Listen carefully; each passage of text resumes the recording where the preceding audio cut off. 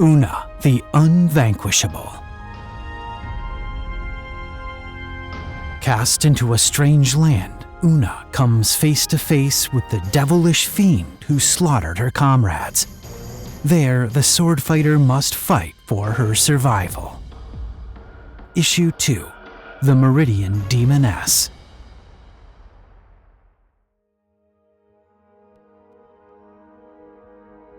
Brightness and confusion engulfed Oona as the winter traveler found herself staring into the light of a summer sun. In front of her was the cavern's entrance. Behind Oona, the portal that transported her shrank into nothing. Questions flooded her mind. What is this hell that I've fallen into? She whispered to herself. And who is this Demoness? A short distance away, the profile of a woman filled the entrance. Standing almost 10 feet tall on hooved feet, she had bovine legs and horns to match. A small tail waved alongside her flowing black gown, ruffling in the estival air. In her hands were several horse heads held by their manes. Other decapitations, mountain goats, and fallow deer were strewn about the cave's opening. Inside, along the walls, were wine vessels of various shapes and sizes. Oona hid behind large storage jars and watched the hideous fiend. A breath of warm air carried the shrill, inhuman voice into the cave. Bring the horns and antlers last. They go on top of the other offerings, the Demoness ordered. Yes, Mother, a gravelly male voice responded. And gather every piece. Do not leave any heads behind. We'll need everything if this is going to work. I hear and obey, the man responded. Shut up and hurry, she shouted as she departed. The hour is near. The sun is almost in position. Oona repositioned herself inside the cave, shedding her heavy fur cloak. She peered outside from her hiding spot. Beyond the entrance was a natural terrace that overlooked a vast desert expanse. A trail of blood continued from the cave and across the terrace, terminating at a crude stone table at the edge of a cliff.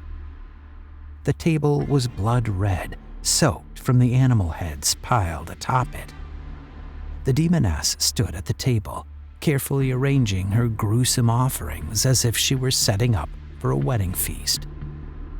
Footsteps alerted Oona. The other voice was entering the cave. Hirsute and grizzled, the man was naked but for a rag around his waist. He mumbled to himself as he collected animal heads. What's this? He exclaimed as he poked at Oona's fur cloak lying on the cavern floor. The former Elsunian warrior princess sprang forth from her hiding spot, quickly gutting the wild man with her dagger. She pivoted, grabbed hold of his slumping body, and muzzled his shaggy mouth to keep him silent in his last fleeting moments of life. Quickly, fool! The Demoness shouted from outside. For time is our enemy! The Demoness stopped shouting when she realized there was no one to shout at. She glowered at the swordfighter standing over the dead body. The Demoness's face was contorted with hatred. Eyes blazed red, yellowed fangs bared, a golden ring hung from her flared nostril. She let slip words that hissed like 1,000 snakes inside a viper's den. Not now! Not this time! No! Gripping her sword, Oona locked eyes with the intense, demonic glare. The swordfighter was not going to back down. There was only one way out of the cave. Time is not your only enemy, Demoness. Oona yelled as she charged her foe.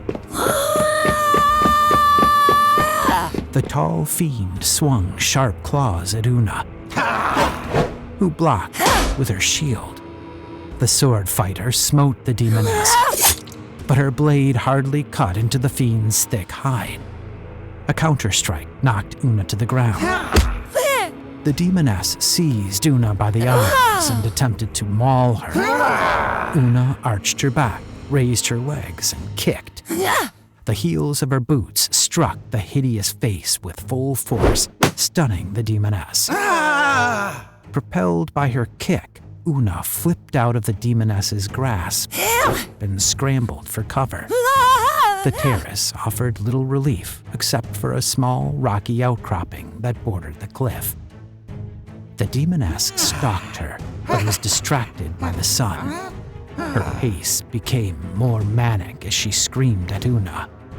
Too long have I been banished to this accursed coil, She howled. abandoned here with my infernal children. I hate everything about this world, the stench, the colors, the way it turns. She picked up a jagged sword and threw it at Oona, who dodged and dove behind the outcropping. Never again will I have this opportunity, The demoness continued ranting.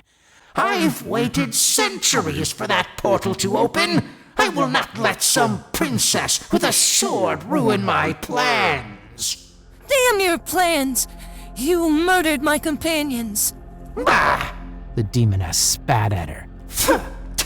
With a great cry, she hurled a boulder at Oona. The sword fighter jumped out of its way, but tumbled over the cliff, falling to a narrow ledge. She clung to it with both hands, feet dangling above a sheer drop of hundreds of feet. Oona braced herself for an attack from above, but nothing came.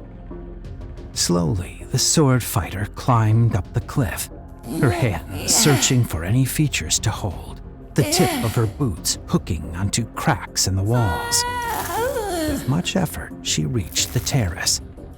Scanning the area, she saw that her sword and shield lay nearby. Yes. Beyond them, a trail of heads led to the stone table where the demoness was working frantically. Accept my offering, O Father in the sky! She cried out in a loud, desperate voice. Red liquid ran down the sides of the stone table as she poured wine over the slaughtered heads. I have set these midwinter sacrifices under this midsummer sun, that I may unite the equinox and find favor in thine eyes. Take me, great Father, take me to thy heavenly abode. The heavens responded with a rumble. The parched bronze sky became overcast. Lightning flashed. Flames funneled from the clouds, spiraling downward like a spear aimed at the terrace. Grabbing her shield, Oona dove for cover only seconds before the fire from above crashed down upon all. Burning winds swept furiously over the terrace. Oona could feel the heat on her arms as she held the shield above her head. The fire was gone in a moment, but the devastation was lasting. Oona looked up from behind her shield, the top of which was destroyed. Some of her hair was singed, but she had withstood the fiery windstorm. The stone table had not. Its blackened remains were smoldering.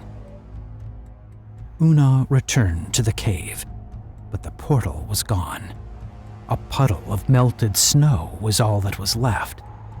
She sighed, took a jug of wine, and walked back to the fire-swept terrace. A waft of smoke rose from the burnt table, dissipating in the wind like some lost soul's last lingering traces. Oona noticed the charred remains of bovine horns. A glint of gold in the gray ash revealed a nose ring.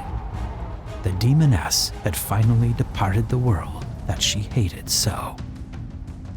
At the cliff, Oona poured out wine in honor of the lost caravan. A dry desert wind carried her voice Boris. as she spoke the names of the dead left behind in the snow on the Gord. other side of the world. Dalian. She planned to search the night sky for Timlin. southern constellations, Soren. but the sun was still high. Taishi. Until it set, Rothlin. there was enough time and plenty of wine Sindal. to sing Elsunian laments on this, the longest day of the year. Shaman leidu mane. Shilmandisi me kyaptureme. To be continued in issue number 3, Scourge of the Forsaken Sky. Oona the Unvanquishable is written by Malcolm Tiberius North. Voice performance, production, and sound design by Brad Gerhowski, and originally appeared in Scribe and Sigil, a free online zine celebrating pulp fantasy fiction. For more from Malcolm North, visit malcolmnorth.com. And for Brad Gerhowski, visit thevoiceofbrad.com. Scribe and Sigil can be found at scribe-and-sigil.com. Copyright 2026, all rights reserved.